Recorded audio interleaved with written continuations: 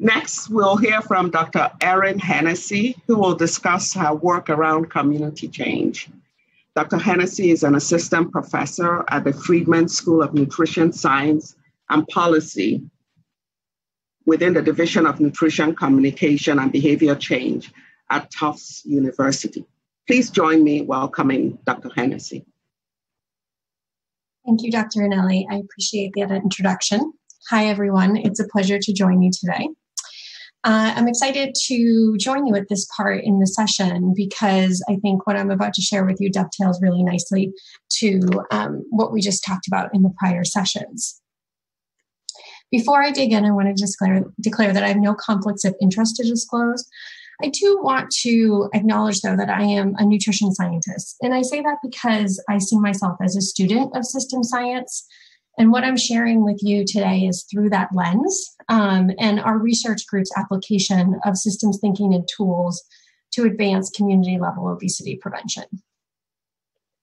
So we've learned from session 1 of this meeting and today's prior talks that systems thinking is a way of approaching problems that ask how various elements within a system influence one another. Rather than reacting to individual problems that arise, a systems thinker will ask about relationships to other activities within the system, look for patterns over time, and seek root causes.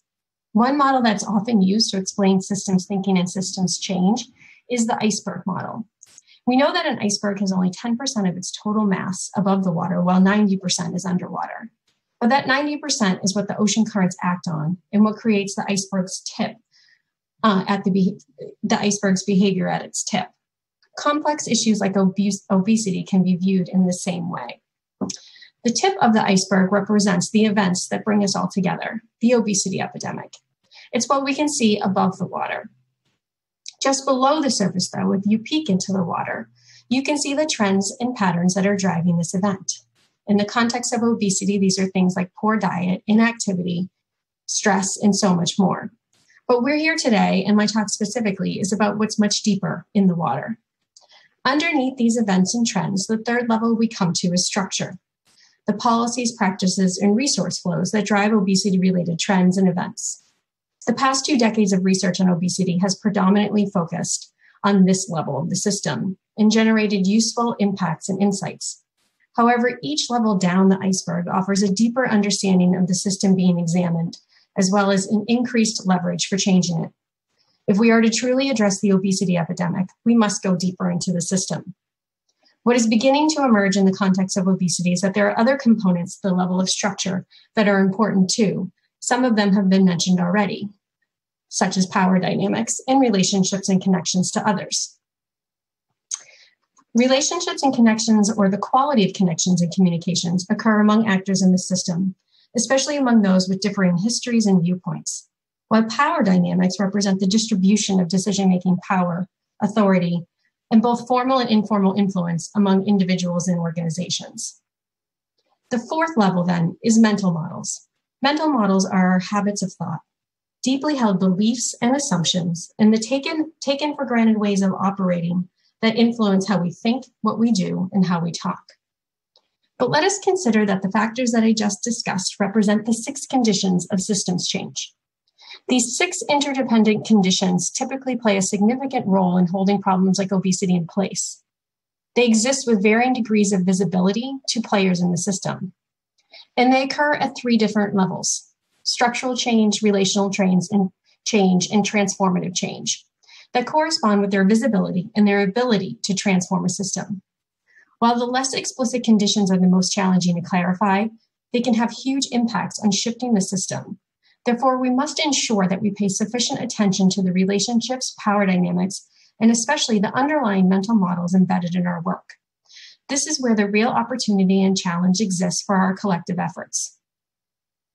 So let's talk about the opportunities related to all levels of systems change. While community-level interventions such as those in school settings have had varying degrees of success in impacting behavioral and biological outcomes, as well as policy and practices changes, growing evidence supports a whole-of-community approach. Whole-of-community interventions, those that are multi-level, multifaceted, and implemented holistically throughout an entire community, show promise for preventing obesity. They have the potential to be effective and equitable, especially when they focus on structural components, when intervention strategies target a variety of contexts, and when there is engagement with the community. And it's this concept of community engagement that brings me to the next opportunity. Community coalitions, defined as groups of leaders and stakeholders from diverse organizations, settings, and sectors, working collectively on a common objective, can help achieve large-scale interventions within the local context. Evidence suggests that a whole-of-community approach is especially promising when combined with a community-based participatory approach in the involvement of a coalition. In fact, structural changes can be difficult to achieve without the commitment of time, energy, and resources by community members or stakeholders, the on-the-ground force who works to implement them. Research in this area has shown that the ability of coalitions to not only collaborate, but to build relationships and connections over time, as well as to plan and diffuse interventions. Coalitions can be especially adept at sharing critical information and resources specific to local contexts. But what does this have to do with system science? As an example, the Shape Up Somerville study made structural and relational changes. Utilizing a community-based participatory research approach, Shape Up Somerville focused on policy and environmental change to prevent obesity, which were designed and diffused through a community coalition, the Shape Up Somerville Task Force. The study demonstrated that children living in the intervention community had a significant decrease in BMI-Z score. To better understand and visualize how Shape Up evolved over time and the factors that may have contributed to its success, we use systems mapping, a qualitative systems modeling approach. The systems map that you see here explicitly illustrates the mental models of Shape Up Somerville stakeholders about the underlying processes that drove the adoption, dissemination, implementation, and sustainability of the intervention. This map unifies knowledge that had been shared and demonstrated in more reductionist ways and allows for the visualization of how the entire Shape Up system interacted and produced a key set of dynamics and behavior changes within the community. It also drove our attention to the important role of the Shape Up Task Force and that role that they had in the success of the intervention. Overall, this work and that of others gave way to a new line of research and inquiry and informed a new theory, which we call stakeholder-driven community diffusion. This theory states that community coalitions drive successful interventions by leveraging social network structures to diffuse their knowledge and engagement with the public health prevention effort across the broader community, creating readiness to implement and sustain change. Our theory is well aligned with recent reports which emphasize a focus on change agents who can catalyze bottom-up demand and readiness for change. Our broader effort is to generate empirical evidence on the contributions of coalitions to intervention processes and childhood obesity outcomes, especially as they relate to whole-of-community interventions. Our work in this area brings me to the third opportunity for systems change at the community level. It was raised earlier in the panel, and I want to echo the power and utility of participatory systems modeling, which, among other things, allows groups of stakeholders to share and visualize their mental models of a complex problem. I highlight mental models specifically because they inform our decision-making processes and actions. However, if our mental models are not made explicit, then stakeholders may end up with different perspectives, beliefs, and assumptions about a given problem, such as obesity, and develop disparate and siloed solutions. Complex systems modeling techniques, such as community-based system dynamics, offer us a method for involving communities in the process of understanding and changing systems. I see them as a means by which we can build community capacity in systems thinking, and importantly, aim to equalize power among groups, enabling input from all participants and promoting group cohesion. Embedded in CPSD is group model building, which was discussed in the prior session, so I won't go into too much detail. But just as a reminder, GMB can be thought of as a specific method to involve stakeholders in the modeling process. In brief, it's led by trained facilitators following scripted group exercises to take diverse stakeholders through a process of defining and eventually visualizing a complex and dynamic system, allowing them to develop and prioritize action steps and view connections across time and scale. Our work has focused on the qualitative aspects of GMB, but it's important to note that GMB also allows for quantitative modeling as well. We feel that these are powerful approaches to achieve transformative change. In our work, we have been adapting these approaches and methods as an intervention strategy, guiding multi-sector community coalitions through a process that elicits their mental models, builds collective understanding of their complex problem, and helps the coalition to prioritize and commit to actions to address that problem. However, our work does not end at the use of CBSD and GMB, which brings me to opportunity number 4. We believe that integrating complex systems modeling techniques can greatly expand the research questions we ask and insights that we can generate. Our work is focused on understanding the mechanisms by which community coalitions diffuse evidence-based interventions in the community. Our work is building from that initial systems map that you saw a couple of slides ago, which focused the team's attention and helped us create our initial hypothesis, which was then expanded into a full mechanistic theory and operationalized using an agent-based model.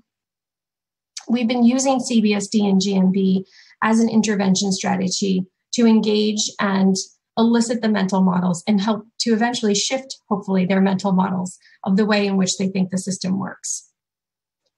The agent-based model that we've designed defines the agents as the community coalition stakeholders that are situated within a social network. They possess specific attributes such as knowledge and engagement and network position. And the agent-based model allows us a quantitative computational strategy to be able to understand change in these key metrics over time. The social network analysis that we're doing is a central part of our hypothesis and represents the pathway by which knowledge and engagement diffuse throughout the coalition and into the broader community. And I want to bring this back to the iceberg model, because now we can visualize how the different systems modeling approaches we've selected allow us to focus on all 6 conditions related or required for systems change. These techniques can be standalone, but they've been most useful in our work when used in combination. While our current efforts are focused on all 6 conditions of systems change at the community level, our long-term goal is to extend the agent-based model to evaluate downstream outcomes like obesity. In summary, it's important to understand that there are 6 conditions of systems change that must be addressed. Obesity research and practice has predominantly focused on 3: policies, practices, and resource flows. Now is the time for new efforts to expand our focus on relationships and connections, power dynamics, and mental models. Moreover, preventing obesity at the community level demands comprehensive whole-of-community transformation. And those that utilize a participatory engagement approach with coalitions are especially powerful. Taking a health equity lens, we must be careful to consider what we're doing to build capacity and address root causes of obesity.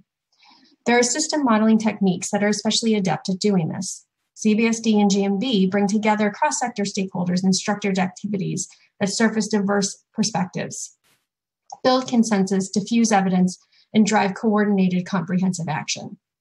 And finally, by integrating complex system techniques, we can yield novel insights, ask new questions, and conduct a rigorous evaluation of the 6 conditions of systems change. Before I end, I just want to take a moment to acknowledge the funders of our work, as without them, this work wouldn't be possible. Additionally, I'd like to take a second to thank all of our community partners and research participants who have been engaged in this work, as it would have no purpose without them. This work wouldn't be possible if it wasn't for our collaborators in interdisciplinary global group who have worked tirelessly to advance these efforts. I'd also like to thank the staff and students at Child Obesity 180 and the Friedman School, broadly speaking, who have worked to advance this research over the past 5 years. And lastly, I'd like to thank the members of the Roundtable on Obesity Solutions and organizers of this meeting for this opportunity to share our work, and to all of the meeting attendees for listening. And with that, I will end.